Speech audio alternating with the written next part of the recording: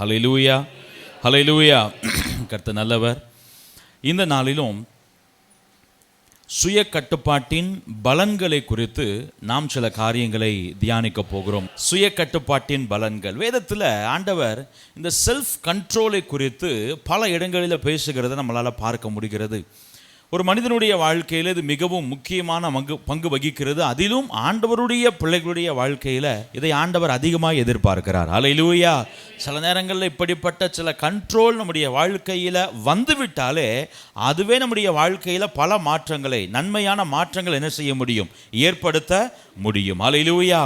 எனவே இன்றைக்கும் இந்த சுய கட்டுப்பாடு நம்முடைய வாழ்க்கையில் கொண்டு வருகிற பலன்கள் என்னென்ன, நம்முடைய குடும்பங்களில் ஏற்படுத்தக்கூடிய மாற்றங்கள் என்னென்ன, நம்முடைய தனிப்பட்ட வாழ்க்கையில் எப்படிப்பட்ட பலன்களை, நன்மைகளை அது கொண்டு வர முடியும், ஏன் சில நேரங்களில் நம்முடைய வாழ்க்கை நாம் எதிர்பார்த்தவாறு, நம்முடைய குடும்பங்கள் நாம் எதிர்பார்த்தவாறு, நம்முடைய ஆவிக்குரிய வாழ்க்கை நாம் எதிர்பார்த்தவாறு இல்லாதிருப்பதற்கு இது ஒரு காரணமாக கூட என்ன செய்யலாம், இருக்கலாம். ஹல்லேலூயா.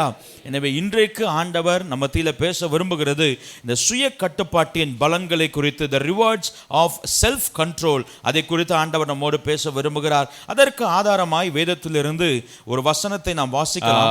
நீதிமொழிகள் 16வது அதிகாரம் 32வது வசனத்திற்கு நேரம் திருப்பலாம். நம்ம எல்லாரும் சேர்ந்து இந்த வசனத்தை வாசிக்கலாம் என்று விரும்புகிறேன். நீதிமொழிகள் 16வது அதிகாரம் 32வது வசனம். பலவானை பார்க்கிலும் நீடிய சாந்தமுள்ளவன் உத்தமன், பட்டணத்தை பிடிக்கிறவனை பார்க்கிலும் தன் மனதை அடக்குகிறவன் உத்தமன். ஹல்லேலூயா. முன்னாடி ஒரு பாட்டு இருந்துச்சு, முன்னாடினா ரொம்ப முன்னாடி இல்லை, நாங்கள் ஒரு ஸ்கூல் படிக்கிற டைமில் பட்டணத்தை பிடிப்பவனை பார்க்கிலும், ஆமாம், ஏன்னா இப்போ இவங்க சொல்கிற ஆளுக பூரா அந்த டைமில் யூத்தாக இருந்தாங்க. நாங்கள்லாம் சண்டே ஸ்கூலாக இருந்தோம், இவங்கெல்லாம் இப்போ யூத்தில் இருந்தாங்க. நம்ம சர்ச்சில் டான்ஸ் ஆடின ஞாபகம்லாம் இருக்குது. அந்த பாட்டுக்கு டான்ஸ்லாம் ஆடி இருக்கிறோம். நான் எதிர்பார்த்தத விட நிறையா பேருக்கு தெரிஞ்சிருக்கு. எப்படி கருத்துள்ள பாட்டுக்கெல்லாம் டான்ஸ் ஆடி இருக்கேன் பாருங்கள். ஹல்லேலூயா. ஆமாம், இங்கே சாலமோன் இப்படி ரொம்ப அழகாக சொல்கிறாரு, பட்டணத்தை பிடிக்கிறவனை பார்க்கிலும் தன் மனதை அடக்குகிறவன் உத்தமன். ஆனால் இன்றைக்கு அநேக இடங்களில் ஒரு மனிதனுடைய பலம் அந்த மனிதனுடைய சாதனைகளை பொறுத்தே கணக்கிடப்படுகிறது. பட்டணத்தை பிடிக்கிறது பெரிய விஷயம்தான். பட்டணத்தை பிடிக்கிறது அந்த காலத்தில் அந்த கான்டெக்ஸ்ட் சொல்லியிருக்கிறாங்க. போய் ஒரு பட்டணத்தையோ அல்லது ஒரு நாட்டையோ அந்த போர் வீரர்களுக்கு எதிராக போரிட்டு அந்த பட்டணத்தை என்ன செய்யறது, ஆமாம், கேப்சர் பண்ணுறது, கான்கர் பண்ணுறது, அது பெரிய விஷயம்.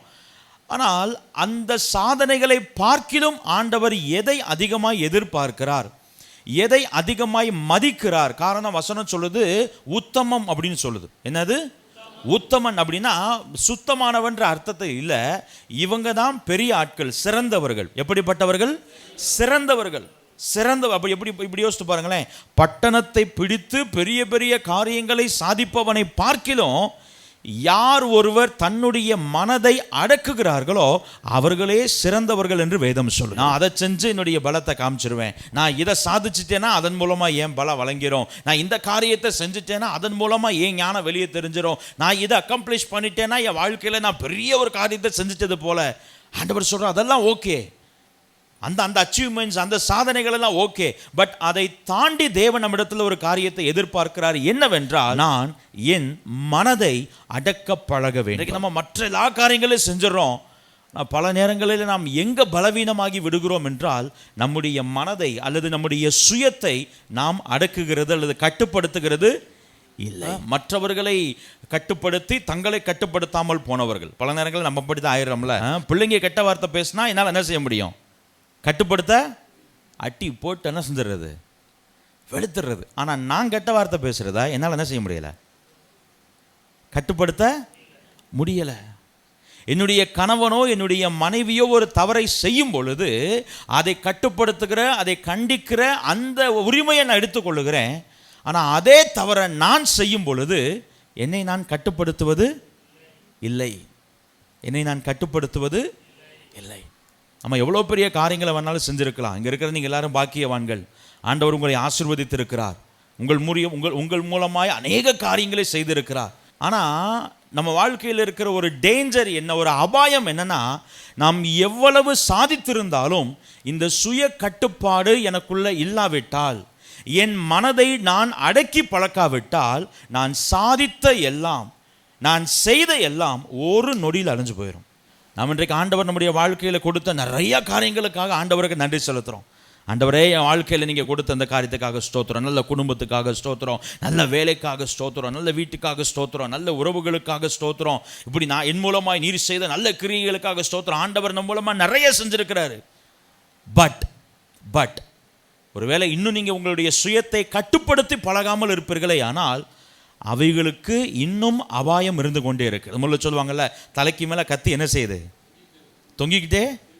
நாம் எவ்வளவு உயரத்திற்கு போயிருந்தாலும், நாம் எவ்வளவு காரியங்களை சாதித்திருந்தாலும், இந்த சுய கட்டுப்பாடு நம்முடைய வாழ்க்கையில் இல்லாவிட்டால் என்றாவது ஒரு நாள் அது பிசாசின் ஆயுதமாக மாறிவிடும். அது நம் இதுவரை கட்டின, இதுவரை நாம் பிரயாசப்பட்டு உருவாக்கின பல காரியங்களை அது சுக்குநூறாய் உடைத்து. வேதம் ரொம்ப அழகா ஒரு வசனத்தை நமக்கு எச்சரிக்கையாக சொல்லுது பாருங்க. அதே நீதிமொழிகள் புஸ்தகத்தில் 25வது அதிகாரம் 28வது வசனத்தில் சாலமோன் சொல்லுகிறார், தன் ஆவியை அடக்காத மனுஷன் மதில் இடிந்த பாழான பட்டணம் போல் இருக்கிறான். தன் ஆவியை அடக்காத மனுஷன் அப்படின்னா தன்னை கட்டுப்படுத்தி கொள்ளாத மனுஷன், தன்னுடைய கிரியைகளை, தன்னுடைய செயல்பாடுகளை கட்டுப்பாட்டிற்குள்ள அடக்கி வைக்காத ஒரு மனுஷன் எப்படி இருக்கிறானா, மதில் இடிந்த பட்டணம் போல் இருக்கிறான். மதில் இடிந்த பட்டணம் என்னது புரியுற மாதிரி சொல்லணும்னா, வாசல் கதவு இல்லாத வீடு மாதிரி. வாசல் கதவு இல்லாத நம்பி வெளியூருக்கு போக முடியுமா? நிம்மதியை தூக்கம் வருமா? ஏன்?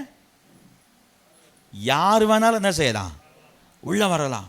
யார் வேண்டுமென்றாலும் நம்முடைய வீட்டில் நாம் சேர்த்து வைத்திருக்கிற பொருட்களை திருடி கொண்டு அபகரித்து என்ன செஞ்சிடலாம், போயிடலாம். யார் மூலமாக வேண்டுமென்றாலும் நமக்கு ஒரு ஆபத்து என்ன செஞ்சிடலாம், வந்துடலாம். அப்போ ஒரு வீட்டுக்கு ஒரு வாசல் கதவு, ஒரு நாட்டிற்கு கோட்டை மதில் எவ்வளவு முக்கியமோ அதே போல ஒரு மனிதனுக்கு சுய கட்டுப்பாடு மிக மிக அவசியம். சரி, இந்த சுய கட்டுப்பாடோடு நாம் இருப்போமே, ஆனால் என்னென்ன பலன்களை நம்மளால் பெற்றுக்கொள்ள முடியும் என்பதை நாம் சுருக்கமாக சில காரியங்களை தியானித்து நம்ம முடிக்கலாம். ஃபர்ஸ்ட் திங், முதல் காரியம், இந்த சுய கட்டுப்பாடு நம்முடைய வாழ்க்கையில் கொடுக்கிற பலன் என்னன்னா, நாம் ஞானமுள்ள முடிவுகளை எடுப்பதற்கு அது உதவி செய்யும். நாம் ஞானமுள்ள முடிவுகளை எடுப்பதற்கு உதவி செய்யும். கவனிங்க, நாம் எடுக்கிற எல்லா முடிவுகளுக்கும் ஒரு விளைவு உண்டு. our decisions are always followed by consequences. நான் ஒரு முடிவு எடுக்கிறேன்னா அந்த முடிவுக்கான பின்விளைவுகளை நான் என்ன செஞ்சுதான் ஆகணும், அனுபவித்துத்தான் ஆக வேண்டும். ஆனால் நமக்கு பிரச்சனை எங்கே வருதுன்னா, நாம் முடிவெடுக்கும் பொழுது நாம் பின்விளைவுகளை பற்றி யோசிக்கிறது இல்லை. நம்முடைய வாழ்க்கையில் நாம் எடுக்கிற பல முடிவுகள், நாம் எடுக்கிற பல தீர்மானங்கள் பின்விளைவுகளை யோசிக்காமல் எடுத்து விடுகிறோம். அதைத்தான் ஞானமில்லாத முடிவுன்னு சொல்கிறோம். அதுதான் எப்படிப்பட்ட முடிவுகள், ஞானமில்லாத முடிவுகள். அப்போ ஞானமுள்ள முடிவு எப்படிப்பட்டதாக இருக்கும், ஞானமான முடிவு எப்படிப்பட்டதாக இருக்கும்? வாய்ஸ் டெசிஷன்னா என்ன அப்படின்னா, பின்விளைவுகளை யோசித்து அவதானித்து நிதானித்து எடுக்கப்படுகிற முடிவுகளை ஞானமுள்ள முடிவுகளாக இருக்கும். ஒரு ஆமென் சொல்லுங்க பார்க்கலாம். அல்லேலூயா. இப்போ நமக்குள்ள சுய கட்டுப்பாடு இல்லைன்னா நம்மளால் ஞானமாக ஒரு விஷயத்தில் முடிவெடுக்க முடியாது. வேதத்தை ரொம்ப அழகாக ஒரு சூழ்நிலையை பார்க்குற தாவீதை குறித்து ஆச்சரியப்படத்தக்க ஒரு விஷயம். சில இடங்களில் தாவீது சுய கட்டுப்பாட்டை இழந்திருக்கிறார். மொட்டை மாடியில் இழந்துட்டாரு. ஆனால் குகைக்குள்ள சவுல் தன்னுடைய கரத்தில் தனியாக மாட்டின பொழுது தாவீது தன்னை அடக்கி கொண்டார். தாவீது தன்னை அடக்கி கொண்டார். வேதத்தில் 1 சாமுவேலின் புஸ்தகம் 24வது அதிகாரத்தில் இந்த பகுதி நம்ம பார்க்க முடிகிறது. தாவீது சவுல் தனியாக வந்து மாற்றார். இப்போ தாவீது நினைச்சா தாவீது கூட இருக்கிற ஆட்களை கொண்டு, தாவீது கூட இருக்கிற பலசாலிகளை கொண்டு சவுல் அங்கே என்ன செஞ்சிருக்க முடியும், தீர்த்து கட்டியிருக்க முடியும். அவருடைய வாழ்க்கையில் அந்த சூழ்நிலையில் இருந்த மிகப்பெரிய பிரச்சனைக்கான தீர்வை ஒரு நொடியில் அவரால் தேடி இருக்க முடியும். எந்த காரியத்தை நிமித்தம் அவர் ஓடிக்கொண்டிருந்தாரோ, எந்த காரியத்தை நிமித்தம் அவருடைய சமாதானத்தை, அவருடைய சுகத்தை, அவருடைய வீட்டை, அவருடைய உறவுகளை இழந்து ஓடிக்கொண்டிருக்கிறாரோ, அந்த காரியத்திற்கான தீர்வை ஒரு நொடியில் அவரால் என்ன செய்ய முடியும், எடுத்திருக்க முடியும். But he control himself. அந்த சம்பவம் நம்ம எல்லாருக்கும் தெரியும். இப்போ தாவீதோடு இருந்த மனுஷர்கள், அந்த இடத்துல இருந்த சூழ்நிலைகள் என்னன்னா, முதல் காரியம், he was compelled to make a quick decision. சீக்கிரத்தில் குறைந்த நேரத்தில் ஒரு பெரிய முடிவை எடுக்க வேண்டிய ஒரு கட்டாயம் தாவீதுக்கு என்ன செய்யுது, ஏற்படுகிறது. நான் சொல்ல எத்தனை பேருக்கு விளங்குது?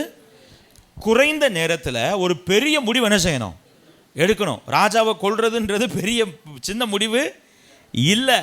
தன்னுடைய வாழ்க்கையில் இந்த சவுலினால் ஏற்பட்ட பாதிப்பு என்பது சின்ன காரியம் இல்லை.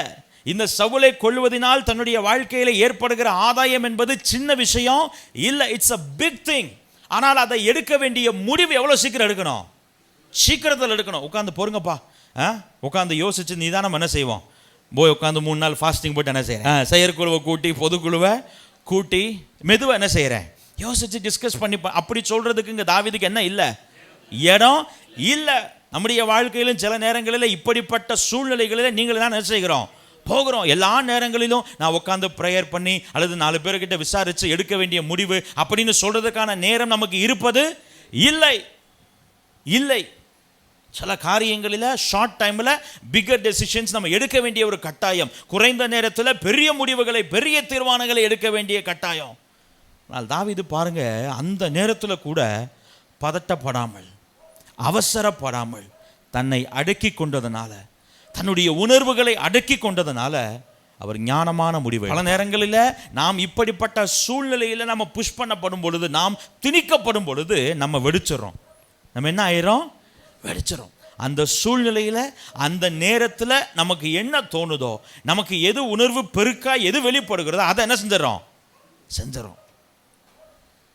ஆனால் டேவிட் வாஸ் வைஸ். தாவீது ஞானமாய் செயல்பட்டார். தான் எடுக்க போகிற முடிவு எப்படிப்பட்ட முடிவு, இந்த முடிவினால் தான் எதிர்கொள்ள போகிற விளைவுகள் என்னென்ன, அதெல்லாம் பின்னாடி டிஸ்கிரைப் பண்ணுறார். நீங்கள் டைம் இருந்தால் வீட்டில் போய் அந்த பகுதியை வாசிங்க.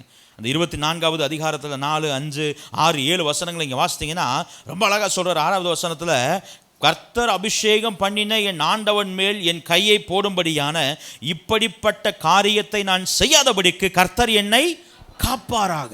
கர்த்தர் என்னை காப்பாராகனா என்னது? என்னை யாரோ கொல்ல வராங்க, சுற்றி நின்று தேவதூதர்களை அனுப்பி வேலையடைத்து பாதுகாத்து கொள்ள மாட்டவர். அந்த பாதுகாவலா? என்னத்தை காக்கிறது? எனக்குள் இருக்கிற கோபமோ ஆதங்கமோ வெளிப்பட்டு விடாதபடிக்கு என் மனதை, என் கிரியைகளை, என் சுயத்தை கர்த்தர் காப்பாராக. காப்பாராக. சுற்றில இருந்த யாருக்குமே இல்லைங்க. நான் தாவீது சொல்லுகிறார், கர்த்தர் என்னை காப்பாராக. இன்னைக்கு நீங்களும் நானும் நம்முடைய வாழ்க்கையில் ஞானமான முடிவுகளை எடுக்க வேண்டுமையானால், இப்படிப்பட்ட சில சூழ்நிலைகள் நம்முடைய வாழ்க்கையில், ஒரு ஃபேமிலியில் டிசைட் பண்ண வேண்டிய காரியங்கள், நம்முடைய வேலையில் டிசைட் பண்ண வேண்டிய காரியம், அவிதை போல் ஆண்டவர்கிட்ட கேளுங்க, ஆண்டவரே நான் ஞானமுள்ள முடிவெடுக்கும்படிக்கு என் சுயத்தை காத்துக்கொள்ள எனக்கு என்ன செய்யுங்க? உதவி செய்யுங்க, உதவி செய்யுங்க. சுற்றியில் இருக்கிற இன்ஃப்ளூயன்சஸ், தாவீது கூட இருக்கிறவங்களை என்ன தெரியுமா சொன்னாங்க? 4வது வசனத்தில் சொல்கிறாங்க, தாவீதின் மனுஷர் அவனை நோக்கி, இதோ நான் உன் சத்துருவை உன் கையில் ஒப்புக் கொடுப்பேன், உன் பார்வைக்கு நலமானபடி அவனுக்கு செய்வாயாக என்று கர்த்தர் சொன்ன நாள் இதுதானே என்றார்கள். எங்கிருந்து ரெஃபரன்ஸ் வருது பாருங்க. ஆனால் கவனிங்க, இந்த இன்ஃப்ளூயன்சஸ், மேனிப்புலேஷன்ஸ், சில நேரங்களில் நாம் ஞானமான முடிவை எடுக்க முடியாததற்கு காரணம், நம்முடைய சுயத்தை நாம் இழந்து போவதற்கு காரணம் என்னன்னா, சுற்றிலும் இருக்கிறவர்களுடைய தாக்கம் நமக்குள்ள அதிகம் என்ன செஞ்சிருது? வெளிப்பட்டு விடுகிறது. அவங்க என்ன சொல்றாங்க, இவங்க என்ன சொல்றாங்க, அவங்க என்ன பேசுறாங்க, இவங்க என்ன பேசுறாங்க, அவங்க என்ன நினைப்பாங்க, இவங்க என்ன. இங்க தாவீதுக்காவது பரவாயில்ல, சுற்றிலிருந்து பேசுறாங்க. இன்னைக்கு நம்ம பல நேரங்கள் எப்படி தெரியுமா மாற்றோம்? யாரும் பேசுறது இல்லை, ஆனால் அவங்க பேசிடக்கூடாதுன்றதுக்காக நம்ம ஒரு முடிவு என்ன செய்கிறோம்? எவ்வளவு ஒஸ்ட்டு பாருங்க, நம்ம எவ்வளவு இன்ஃப்ளூயன்ஸஸ் யோசித்து பாருங்களேன். அந்த ஷார்ட் டைம் நான் திரும்ப சொல்கிறது, சவுல் டாய்லெட் போகிற டைம் தான். எவ்வளோ டைமு? சவுல் டாய்லெட் போகிற டைம் தான். அந்த ஷார்ட் டைமில் ஒரு டெசிஷன் எடுக்கணும். இங்கிட்டு உட்காந்து பேசுறதும் கேட்டக்கூடாது. கேட்டால் அவர் என்ன செஞ்சுருவாரு? இவங்க டிசைட் பண்ணுறதுக்கு முன்னாடி, ஏன்னா அவர் ஆல்ரெடி என்ன முடிவில் தான் வந்திருக்கிறாரு? சிக்கனா போட்டணுன்ற முடிவில் வந்திருக்கிறார். அப்போ யோசிச்சு பாருங்க, அந்த டென்ஷன் எவ்வளவு பரபரப்பு இருந்திருக்கும். நம்ம உட்காந்து இப்போ நம்ம மைக்கு போட்டு இப்படி சாவகாசமாக ஃபேனை போட்டு உட்காந்து இப்படி பேசுகிற மாதிரியே பேசிகிட்டு இருந்திருப்பாங்க. எவ்வளவு ப்ரெஷர் தாவீதுக்குள்ளே இருந்திருக்கும். ஆனால் அப்படிப்பட்ட நெருக்கடியான சூழ்நிலையில் கூட தவறான மனிதர்களின் தாக்கங்களை தாவீது தன்னுள் ஏற்றுக்கொள்ளவில்லை. அவ்வளவு ப்ரெஷரைஸ்டு சிச்சுவேஷன்ஸ், அவ்வளவு நெருக்கடியான காலகட்டம், அவ்வளவு அழுத்தமான சூழ்நிலை. தாவீது கிட்ட வந்து இவ்வளவு இன்ஃப்ளூயன்ஸ் பண்ணுறாங்க. தாவீது என்ன செய்யலை? ஏப்பா இல்லைப்பா, இல்லை இல்லை, கர்த்தர் அபிஷேகம் பண்ணின மனுஷன் மேல் நான் என்ன செய்ய மாட்டேன்? கை போட மாட்டேன். அதனால தான் ஆண்டவர்கிட்ட கேட்குறேன், இவங்க எல்லாம் என்னை டார்ச்சர் பண்ணுறாங்க ஆண்டவரே. வசனம் சொல்லுது பாருங்க, 5வது வசனம், தாவீது சவுலின் சால்வை தொங்கலை அறுத்து கொண்டது நிமித்தம் அவன் மனதை என்ன செய்து கொண்டிருந்ததா? அடித்து கொண்டு. அதனால தான் ஜெபம், ஆண்டவரே இவங்க பூரா சுற்றிலிருந்து என் காதில் என்ன செஞ்சுக்கிட்டே இருக்காங்க, இதை செய் அதை செய், இப்படி பண்ணிடு, உடனே பண்ணிடு, என்ன நான் பேசிக்கிட்டே இருக்கேன், பார்த்துக்கிட்டே இருக்கேன், என்ன செய்கிறாங்க? என்னைய ஸ்ட்ரெஸ் பண்ணுறாங்க ஆண்டவரே. எந்த நேரத்தில் என் சுய வெளிப்பட்டு விடாதபடிக்கு என்ன செய்யுங்க, காத்துக்கொள்ளுங்க ஆண்டவரே. என்னுடைய பிள்ளைய முதல் காரியம், நம்முடைய வாழ்க்கையில் ஞானமான முடிவு மிக மிக அவசியம். நான் திரும்ப சொல்கிறேன், இந்த ஞானமான முடிவை நாம் எடுக்க வேண்டியதன் அவசியம் என்னென்னா, அந்த முடிவுக்கான விளைவுகளை நாம் என்ன செய்தாகணும், அனுபவித்தே ஆக வேண்டும், அனுபவித்தே ஆக வேண்டும். தாவீது நிதானித்தார், தாவீது தன்னை அடக்கி கொண்டார். ஆனால் சவுலால் என்ன செய்ய முடியலை, அடக்கி கொள்ள முடியலை. சவுலால் தாவீதுக்கு விரோதமான பகையை குறித்த ஒரு கட்டுப்பாடு சவுலுக்குள்ள இல்லை. சவுல் எடுத்த முடிவு சவுலை எங்கு கொண்டு நிறுத்தினது, தாவீது எடுத்த முடிவு தாவீதை எங்கு கொண்டு நிறுத்தினது என்பது உங்களுக்கு எனக்கு நல்லா தெரியும். எல்லாரும் பல நேரங்களில் பல சூழ்நிலைகளில் முடிவெடுக்க வேண்டிய ஒரு நிலைமையில் இருக்கிறோம். வாலிப பிள்ளைங்க, நாங்கள்லாம் அப்படி இல்லை பாஸ்டா, அங்கே அம்மா அப்பா மட்டும்தான் முடிவெடுக்கணும் இல்லை. உங்கள் வாழ்க்கையை குறித்து நீங்கள் என்ன செய்யணும், முடிவெடுக்கணும். நீங்கள் அன்றாடம் செய்கிற காரியங்கள், காலையில் எழுந்திருக்கிறதுலேருந்து நீங்கள் அன்றாடம் செய்கிற காரியங்களில் நீங்கள் எடுக்கிற முடிவுகளை குறித்த பின்விளைவுகளை நீங்கள் என்ன செஞ்சாகணும், அனுபவித்தே ஆக வேண்டும். உங்களுடைய வாழ்க்கையை குறித்து, உங்கள் படிப்பை குறித்து, உங்கள் வேலையை குறித்து, உங்கள் எதிர்காலத்தை குறித்து. அதே போல் பெரியவர்கள், நம்முடைய குடும்பங்களில் நம்ம எடுக்கிற முடிவுகள், நம்ம வேலைக்கு அடுத்த காரியங்கள் எடுக்கிற முடிவுகள், நம்முடைய பிஸ்னஸில் நம்ம எடுக்கிற முடிவுகள், நம்முடைய பொருளாதாரத்தை நாம் எப்படி கையாளுகிறோம் என்பதை குறித்து நம்ம எடுக்கிற முடிவுகள். பலர் பொருளாதாரத்தை குறித்தெல்லாம் என்ன செய்கிறதே இல்லை. நான் அப்படி நோட் பண்ணி வச்சுருந்தேன் என்னோடய ஃபோனில். சில அப்பப்போ தோன்றதை ஃபோனில் நோட் பண்ணி வச்சுருப்பேன். கஷ்டப்பட்டு வர்ற பணத்தை இஷ்டத்துக்கு செலவு பண்ணாமல் கஷ்டப்பட்டு செலவழிக்கணுமா. நமக்கு சம்பாதிக்கிறப்ப இருக்கிற கஷ்டம் செலவழிக்கிறப்ப என்ன செய்ய மாட்டேது. அதனால தான் ஒன்றும் கையில் என்ன செய்கிறது இல்லை. நம்ம அதில் ஞானமாக இருக்கிறது இல்லைங்க. பல நேரங்களில் நம்ம அதில் ஞானமாக இருக்கிறது இல்லை. எத்தனை முறை யோசிச்சு பாருங்களேன். ஒரு தடவை ரைட்டு பழமொழி சொல்கிறேன், நான் உங்களை பர்சனலாக சொல்கிறேன்னு எடுத்துக்கிறாதீங்க. நம்ம ஊரில் சொல்லுவாங்கல்ல, நல்ல மாட்டுக்கு, நான் டிஸ்க்ளைமர் போடுறப்பே பலருக்கு தெரிஞ்சிருதா, ரைட்டு இங்கே தான் வரப்போகிறார். நல்ல மாட்டுக்கு அப்படின்னா என்ன அர்த்தம்? ஒரு தடவை நான் தவறும் பொழுது அடுத்த முறை நான் தவறாமல் என்ன செய்யணும், தெரிஞ்சுக்கணும், திருத்திக்கணும், அப்படி தானே? ஆனால் நம்ம பொருளாதாரத்தில் யோசித்து பாருங்கள், எத்தனை தடவை ஏமாந்துருக்கோம். நம்ம ஃபைனான்ஸில் போன மாதம் இதே புலம்பல், 20ஆம் தேதிக்கு மேலே கையில் ஒன்றுமே இருக்க மாட்டேது. அடுத்த மாதமெல்லாம் கரெக்டாக சேர்த்து வச்சு கரெக்டாக என்ன பண்ணணும். மறுபடியும் அடுத்த மாதம், அப்புறம் ஒரு மாதம் ஏதோ கொஞ்சம் என்ன செய்யும், ஓடும். மறுபடியும் அதுக்கு அடுத்த மாதம், போன மாதமாவது 20ஆம் தேதி, இந்த மாதம் 15ஆம் தேதியே காலி. காரணம் என்ன? காரணம் என்னன்னா, நாம் எடுக்கிற முடிவுகளை நம்ம எப்படி எடுக்கிறது இல்லை, ஞானமாக எடுக்கிறது இல்லை. ஞானமாக எடுக்கிறது இல்லை. நமக்குள்ள இருக்கிற ஆசையை அடக்க பழகினாலே, நமக்குள்ளிருந்து வெளிப்படுகிற சுயத்தை அடக்கி பழகினாலே, நம்முடைய பொருளாதாரத்தை இழந்து போன பொருளாதார சரிவுகளை, பொருளாதார இழப்புகளை நம்மளால் மீட்டுக்கொள்ள முடியும். எத்தனை பேர் இதை விசுவாசிக்கிறீங்க? அல்லேலூயா. முதல் நன்மை என்னன்னா, நான் ஞானமுள்ள முடிவுகளை எடுக்க முடியும். அந்த ஞானமுள்ள முடிவுகளினால் ஏற்படுகிற நல்ல விளைவுகளையும் என்னுடைய வாழ்க்கையில் என்னால் அனுபவிக்க முடியும். அல்லேலூயா. காரியம், சுய கட்டுப்பாடு ஆரோக்கியமான உறவுகளை உருவாக்கும். எதை உருவாக்கும்? ஆரோக்கியமான உறவுகள், ஹெல்தி ரிலேஷன்ஷிப்ஸ். Healthy relationships. இன்றைக்கு உறவுகள் இருக்கிறது, ஆனால் அது ஆரோக்கியமாக இல்லை. கணவன் மனைவிக்கு இடையேயான உறவு இருக்குது, ஆனால் எப்படி இருக்குது? கழுத்தை நீட்டிட்டா இனி என்ன செய்கிறது, தாலியை கட்டிட்டா இனி என்ன செய்கிறது. பெற்றோருக்கும் பிள்ளைகளுக்குமான உறவு இருக்கு. வெளியில பார்க்கறதுக்கு அப்பா பிள்ளை அம்மா பிள்ளை அப்படிதான் இருக்கு. ஆனா உள்ளுக்குள்ள அந்த உறவு எப்படி இருக்கு? பெத்தாச்சு, வேற வழி இல்லை, பெத்த கடமைக்கு என்ன செஞ்சுதான் ஆகணும், வளர்த்து தான் ஆகணும். காணாமன பிள்ளைங்க என்ன சொல்றாங்க, பிறந்தாச்சு வேற வழி இல்லை, அவங்க இருக்கிற வரைக்கும் என்ன செஞ்சாகணும், அவங்கள கவனிச்சு தான் ஆகணும்.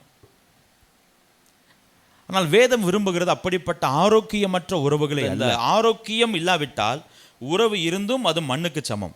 உறவு இருந்தும் அது, அதனால எந்த பயனோ எந்த பலனோ இல்லை. ஆண்டவர் இந்த உறவுகளின் மூலமாய் சில நன்மைகளை வைத்திருக்கிறார். அப்போ நானும் என் மனைவியும் இருக்கிறோம் அப்படின்னா, என் மனைவியின் மூலமாய் நான் பெற்றுக்கொள்ளும்படி சில நன்மைகளை ஆண்டவர் என்ன செஞ்சிருக்கிறாரு.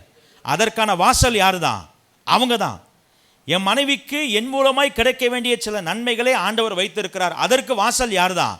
நான் தான். என்னை அன்றி ஒன்றும் செய்ய உதாரணத்துக்கு சொல்கிறேன், பைபிள் வசனத்தை அவரை சொல்கிறேன் நினச்சிடாதீங்க. நான் இல்லாவிட்டால் அந்த நன்மைகளை என் மனைவியால் பெற்றுக்கொள்ள இப்போ இந்த எங்களுக்குள் இருக்கிற உறவு ஹெல்த்தியாக ஆரோக்கியமாக இல்லாவிட்டால், எங்களுக்குள் இருக்கிற அந்த ஐக்கியம் சரியானதாக இல்லாவிட்டால், என் மூலமாய் பெற்றுக்கொள்ள வேண்டிய நன்மைகளை என் மனைவியால் பெற்றுக்கொள்ள முடியாது. என் மனைவியின் மூலமாய் நான் பெற்றுக்கொள்ள வேண்டிய ஆசீர்வாதங்களை என்னாலையும் பெற்றுக்கொள்ள முடியாது. ஆனால் வெளியே உறவு இருக்கும்.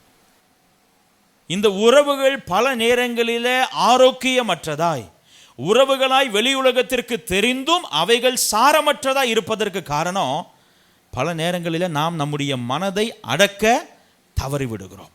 எனவே மனதை அடக்க பழகும் பொழுது, சுய கட்டுப்பாடோடு நாம் வாழ பழகும் பொழுது நமக்கு கிடைக்கிற இரண்டாவது நன்மை என்னன்னா, ஆரோக்கியமான உறவுகளை நாம் ஏற்படுத்தி கொள்ள முடியும். ஹல்லேலூயா. வேதத்தில் யோசேப்பை குறித்து நம்ம தியானிக்கிறோம்.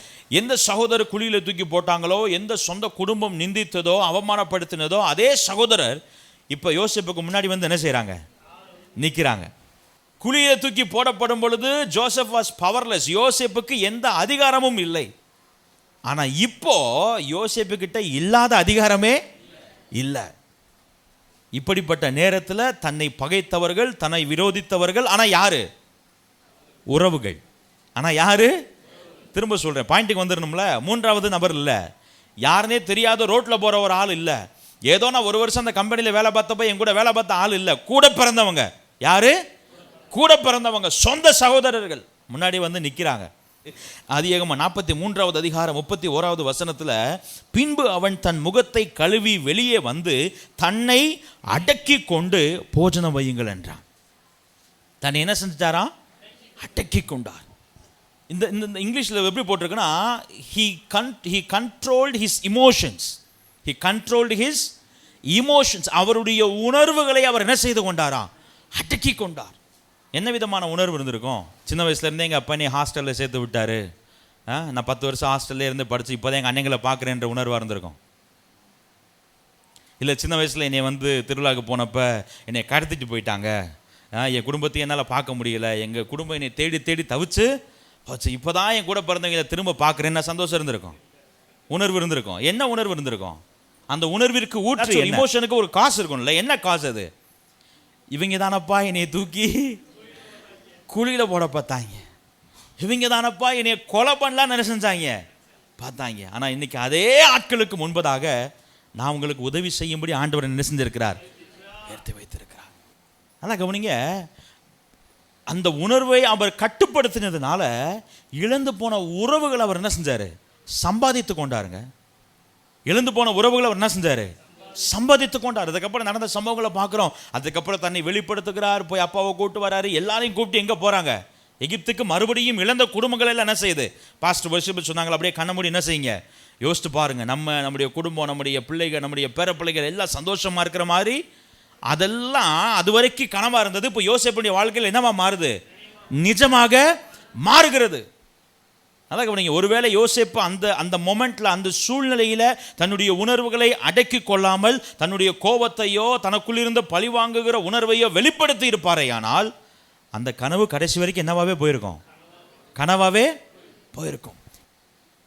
நல்ல உறவாக பிறந்து இடையில ஏற்பட்ட சில மன கசப்புகளின் நிமித்தம் அந்த உறவில் இருந்த சாரத்தை, ஆரோக்கியத்தை இழந்து ஒண்ணுமில்லாம போய் கெட்டுப்போன உறவை மறுபடியும் புதுப்பித்து ஆரோக்கியமான உறவாய் அதை அனுபவித்ததற்கு காரணம் யோசேப்பு தன்னை அடக்கி கொண்டார்.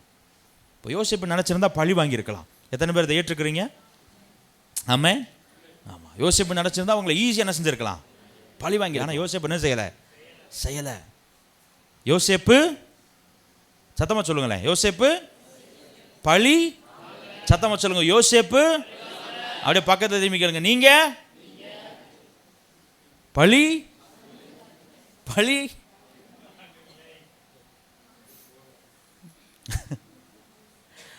வாங்காதவர்களுக்காக ஸ்தோத்திரம். நமக்கு தெரியும் ஆவியானவர் நமக்குள்ள இருக்கிறார், நம்ம கூட என்ன செய்யறார்? பேசுறார். ஈவன் த ஸ்மாலஸ்ட் இன்சிடென்ட்ஸில் குடும்பங்களில் நடக்கிற சின்ன சின்ன காரியங்களுக்கு கூட பல நேரங்களில் நம்ம என்ன செஞ்சிடறோம்? பழி வாங்கிடுறோம்.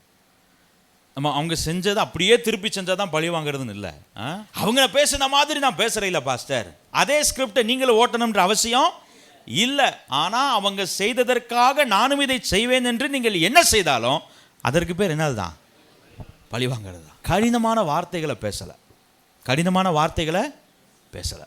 இப்போ யோசேப்புக்கு தன்னுடைய சகோதரர் மேலே இருக்கிற ஆதங்கத்தை கொட்டி தீர்ப்பதற்கு உண்டான எல்லா நியாயமான வேலிட் ரீசன்ஸும் இருந்துச்சு. அவர் அந்த இடத்துல அப்படியே ஒரு பிரசங்கம் பண்ணியிருந்தார்னு வச்சுங்க. என்ன பிரசங்கம்?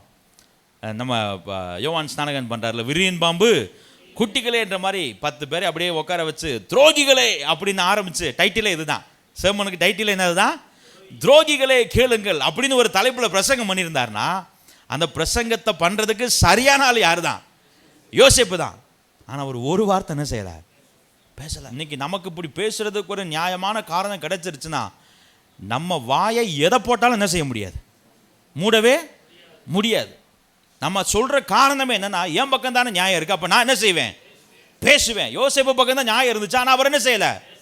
நான் திரும்ப சொல்கிறேன், நீங்கள் நியாயத்தை பேசுங்க, நியாயத்தை பேசுங்க, ஆனால் குற்றப்படுத்தி காயப்படுத்துகிற மாதிரி என்ன செய்யாதீங்க, பேசாதீங்க. ரொம்ப அழகாக ஒரு வசனம் சொல்லுது பாருங்கள், நீதிமொழிகள் 17:27 வசனம். அறிவாளி தன் வார்த்தைகளை அடக்குகிறான். எங்கே அடக்குறாங்களா? உள்ளேயே. அப்படி வெளியில் வரும், அப்படி வரும், ஆனால் உள்ளே என்ன செஞ்சிடணும், அப்படி என்ன செஞ்சிடணும், முழுங்கிடணும். இன்றைக்கு பல நேரங்களில் வார்த்தைகளை துப்பிடுறோம். என்ன செஞ்சிடறோம், துப்பிடுறோம், வெளியே துப்பிடுறோம். மெதுவான மாறுத்திரம் கோபத்தை என்ன செய்யுமா, தணிக்குமா. அப்படி ஒரு மாறுத்திரம், அப்படி ஒரு கான்வர்சேஷன் வரணும்.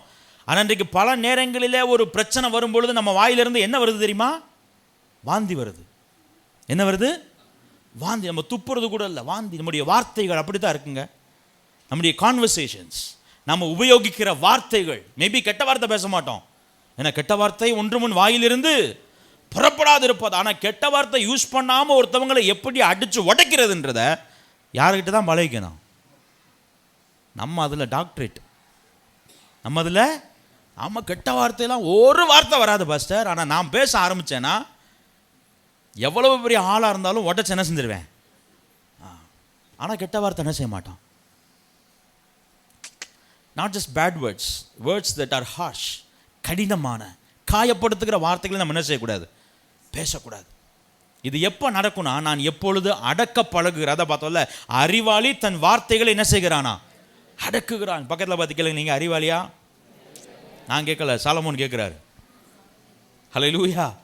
ஒருவேளை இதுவரைக்கும் அறிவு இல்லாமல் இருந்துட்டு இனி எப்படி இருக்கணும், அறிவாளியா இருக்கு. வார்த்தைகள் வரும், வார்த்தைகள் உள்ள என்ன செய்யும், தோன்றும். ஆனால் நாம் அதை அடக்குவதற்கு என்ன செய்யணும், பழகிக்கொள்ள வேண்டும். அந்த சுய கட்டுப்பாடு நம்முடைய வார்த்தைகளில், நம்முடைய கிரியைகளில் வெளிப்படுமையானால் நம்முடைய உறவுகள் ஆரோக்கியமானதாக இருக்கும். நான் திரும்ப சொல்கிறேன், நான் இதை விட்டுட்டு வெளியில் போல, கணவன் மனைவி பெற்றோர் பிள்ளைகள், இதை தாண்டி நான் வெளியில் போல. காரணம், இங்கே சரியாயிடுச்சுன்னா வெளியே ஆட்டோமேட்டிக்காக என்ன செஞ்சிடும், சரியா. எதற்காக ஆண்டவர் ஏற்படுத்தினாரோ அந்த உறவை நாம் அனுபவிக்கும்படியா, ஒருவர் மூலமாய் மற்றொருவர் பெற்றுக்கொள்ள வேண்டும் என்று ஆண்டவர் தீர்மானித்த நன்மைகளை பெற்றுக்கொள்ளும்படியாய் இந்த உறவுகள் ஆரோக்கியமானதை என்ன செய்யணும்.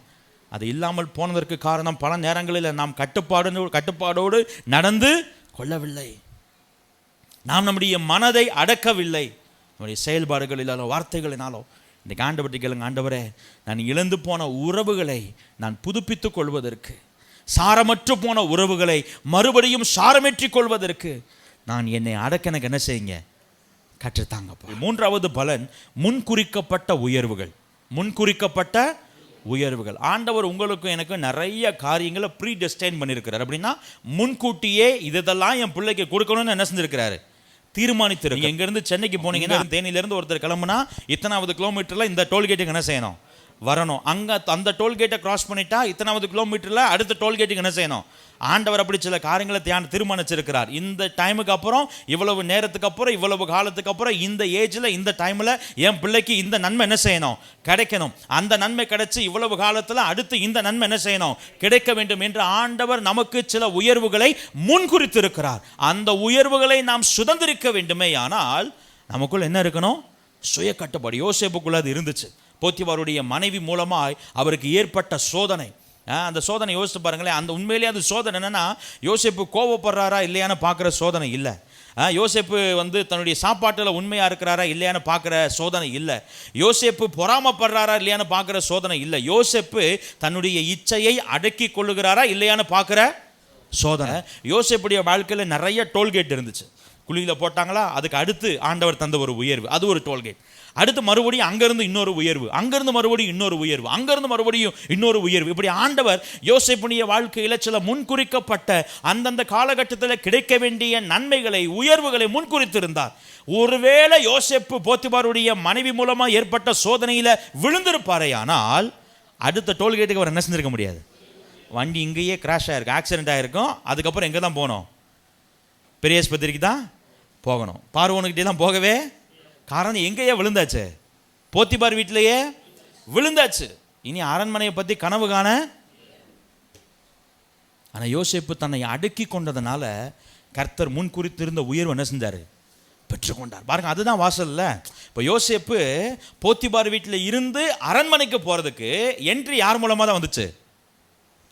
போத்திபார் மனைவி மூலமாக தான் வந்துச்சு. ஒருவேளை போத்திபாருடைய மனைவி இப்படிப்பட்ட சோதனைக்கு யோசேப்பை கட்டாயப்படுத்திருக்காவிட்டால் யோசேப்பு ஜெயிலுக்கு என்ன செஞ்சிருக்க மாட்டார்.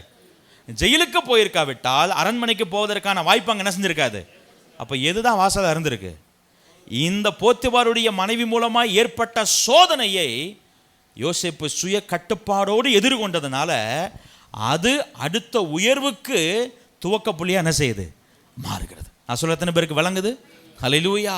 ஆண்டவர் நம்முடைய வாழ்க்கையில் நம்மை ஆசீர்வதிக்க விரும்புகிறார்.